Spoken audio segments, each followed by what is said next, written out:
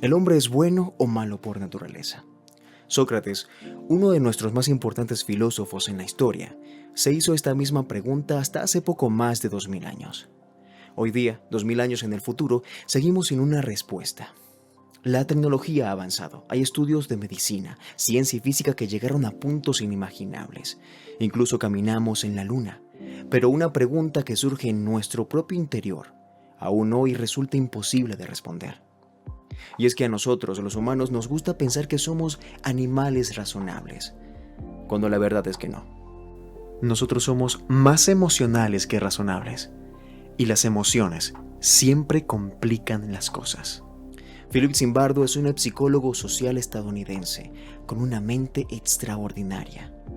Y como toda mente extraordinaria, tiene preguntas que necesitan respuestas.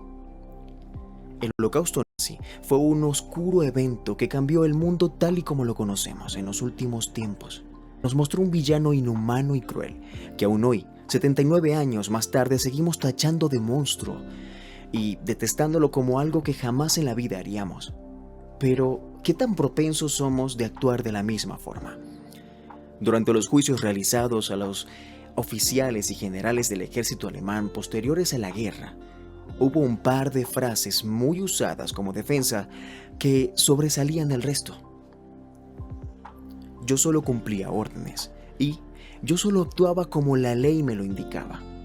A Philip Zimbardo le llamó la atención estas respuestas tan particulares y buscó la forma para replicar un escenario donde obtendría una explicación más concreta de este tipo de actos tan atroces. Todo comenzó el 14 de agosto del año 1971, cuando 12 estudiantes de la Universidad de Stanford son arrestados por la policía municipal en sus hogares y llevados hasta la comisaría del lugar para luego ser trasladados hasta el sótano del edificio de psicología de esta misma universidad. El responsable no es otro que el psicólogo social Philip Zimbardo. La razón no es la justicia, sino la curiosidad. Soy Miguel J. La Cruz Niño y hoy revisaremos los hechos de uno de los experimentos sociales más famosos y polémicos de la historia, el experimento de la cárcel de Stanford.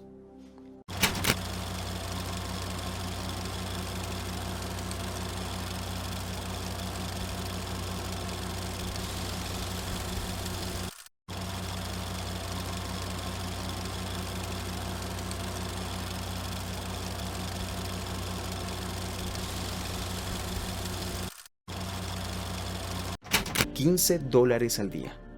Esta fue la publicación que se usó para llegar hasta los estudiantes participantes, un equivalente a $98 al día de hoy. Incluía comida y, por supuesto, hospedaje. Propuesta que para un estudiante de la época era demasiado tentadora.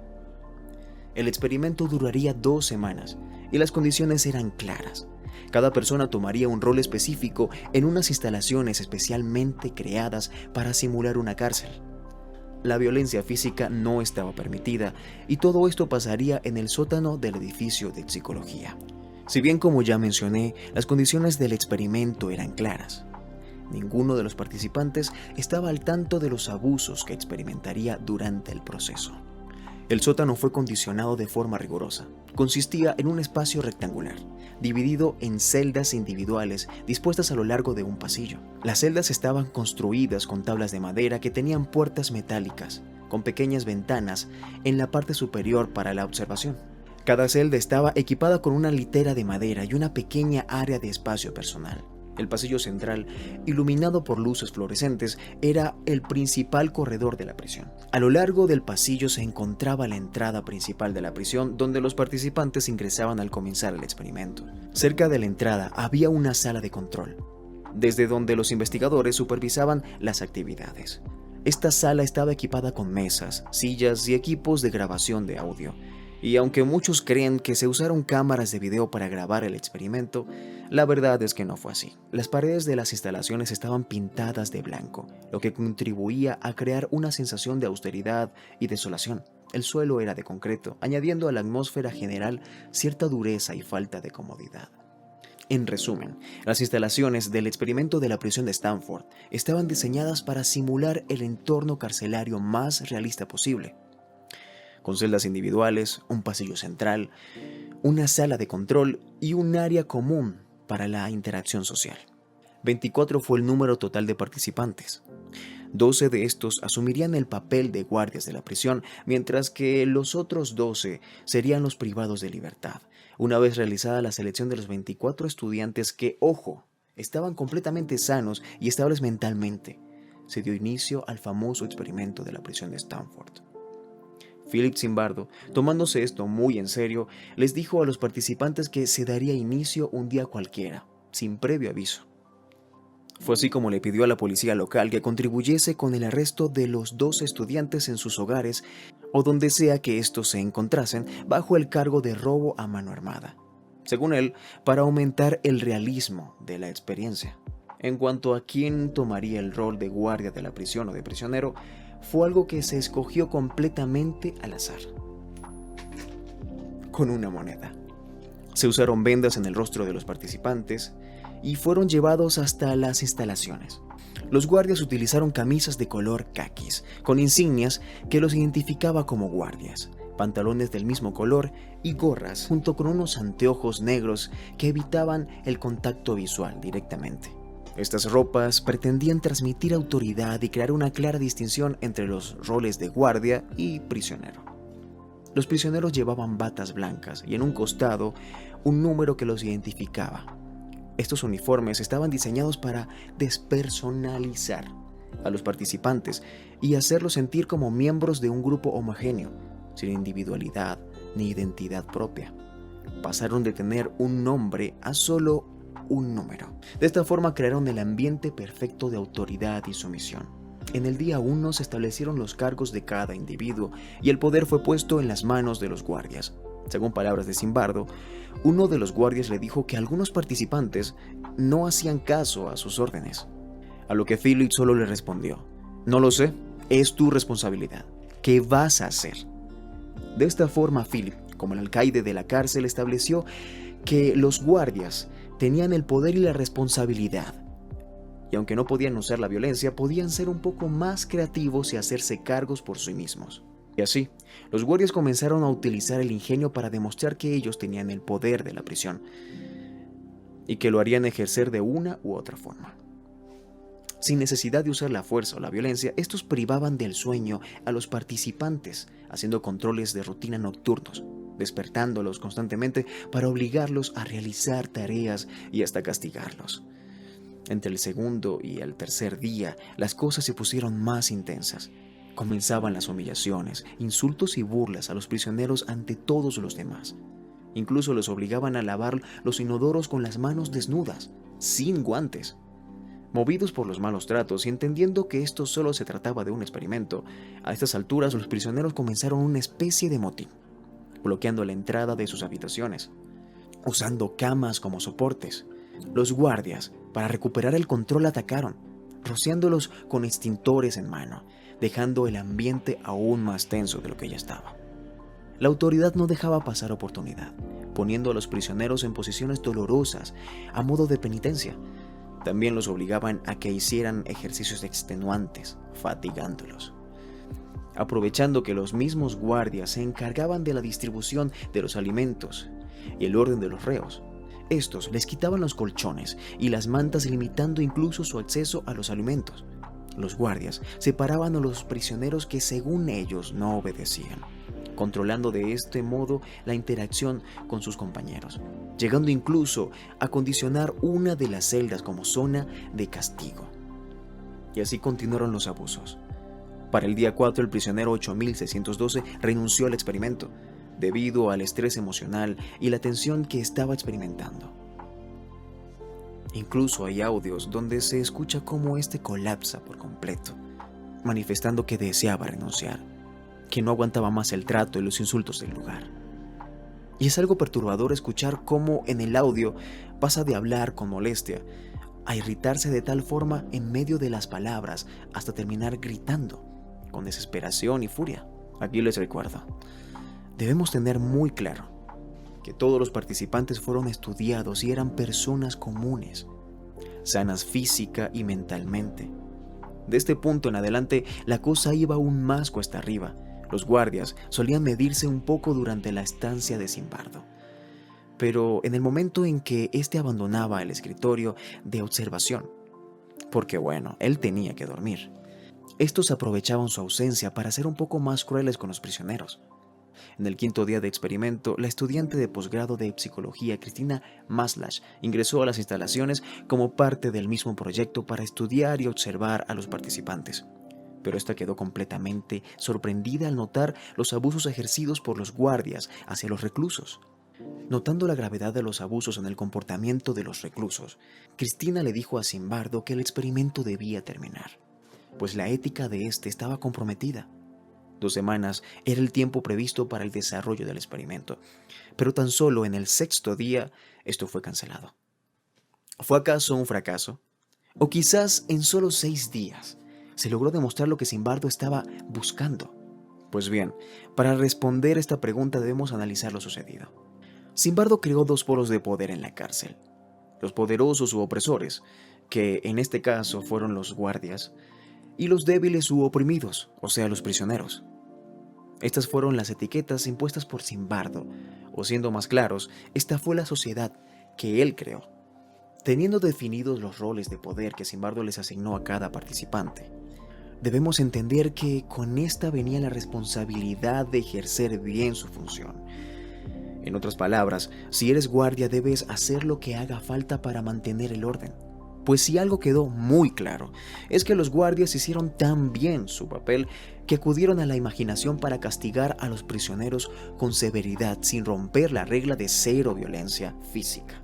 Así que ellos solo hacían su trabajo, encajando a la perfección con el rol que Zimbardo les impuso en el experimento. Para los guardias ellos estaban haciendo bien su trabajo.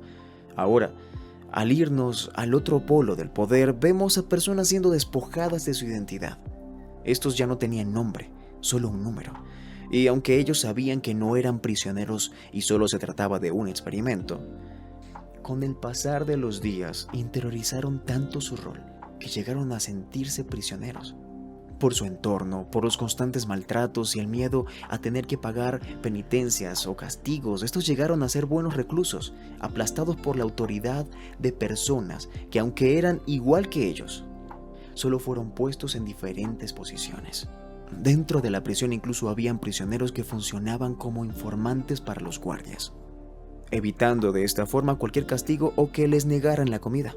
Si bien esto no fue tan cierto, los mismos guardias se encargaban de hacerle pensar esto a los prisioneros, manteniendo una especie de control incluso en su ausencia. Todo a base del miedo. Zimbardo, por su parte, pasó de ser un observador a formar parte del experimento sin darse cuenta. Verán, cuando su colega y compañera sentimental le dijo que lo que estaba pasando estaba mal, este reaccionó de forma defensiva, preguntándole si ella estaba loca, pues todo esto era solo un experimento. Luego de allí, logró entender lo lejos que estaba llegando con esto, poniendo el mismo Zimbardo a ocupar a cabal el puesto de alcaide. ¿Debió o no realizarse este experimento? Esta es la pregunta ética que diferentes personas se hacen hoy en día. En mi opinión personal, es uno de los experimentos más reveladores e importantes de todos los tiempos. Verán, el futuro de la humanidad está en nuestras mentes. Para mí, el que tengamos un buen o mal futuro depende de nosotros, y Zimbardo demostró algo que denominó en su libro escrito después del experimento como el efecto Lucifer. En esencia, este dice que nuestro entorno condiciona nuestro comportamiento. Aquí volvemos a esa vieja pregunta: ¿el hombre es bueno o malo por naturaleza? Las conclusiones varían, pero las 2 más importantes plantean que el hombre es malo, pero la sociedad lo corrige, y la otra plantea que el hombre nace bueno, pero la sociedad lo corrompe. Philip Zimbardo esperaba arrojar claridad sobre esta pregunta utilizando el poder de las etiquetas y observando qué tan profundo podía calar el poder en la psique humana. Para responder la pregunta, es bueno entender que después del experimento, los participantes fueron interrogados y estos dieron sus versiones sobre lo sucedido. Los prisioneros fueron puestos frente a los guardias de seguridad, ya despojados de su posición y viéndose frente a frente como personas normales. En esta libertad de palabras que ambos compartían, los guardias se sentían apenados y decepcionados de sus actos, mientras que los prisioneros les decían que no podían creer lo lejos que habían llegado, que la forma en que ejercieron sus papeles fue tal que dejaron en ellos una marca permanente. Algunos de los guardias y prisioneros eran amigos antes del experimento, pero incluso ahí dentro las cosas cambiaron y cada quien se adecuó a su rol. Para tener una idea del poder del entorno, debemos recordar que el experimento se hizo en los Estados Unidos, en el año 71, tiempo en que el ideal hippie de paz, amor y libertad tenía mucha fuerza. Además de que los estudiantes eran personas antisistema por la influencia de este mismo movimiento hippie. Esto da más fuerza y credibilidad a los resultados, demostrando que personas que incluso están contra el sistema pueden formar parte de él bajo las condiciones idóneas, sin siquiera resistirse. Si aún pensamos que los soldados y generales alemanes daban excusas ridículas como defensa al decir que solo obedecían órdenes, o que las mismas personas civiles, al entregar a personas inocentes ante las autoridades solo por ser diferentes, son villanos, debemos prestar más atención hacia lo que ya hemos visto. Según el resultado de este experimento, sus respuestas fueron honestas, y eso era lo que su entorno, sociedad, leyes o situación les dictaba que era lo que se debía hacer. A esto debemos sumarle que el desertar de un oficial o militar alemán era considerado traición y en la mayoría de los casos resultaba en una sentencia de muerte.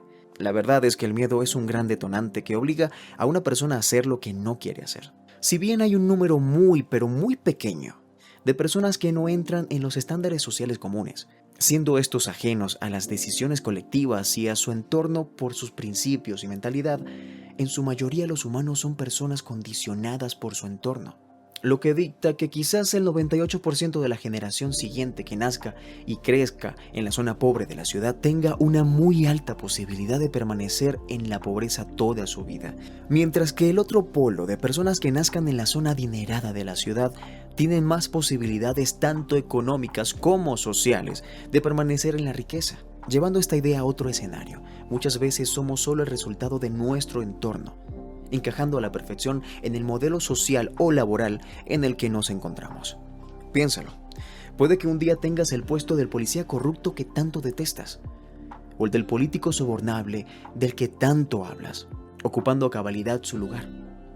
Un dato cruel pero revelador, que puede ser fundamental para mejorar o empeorar nuestro futuro.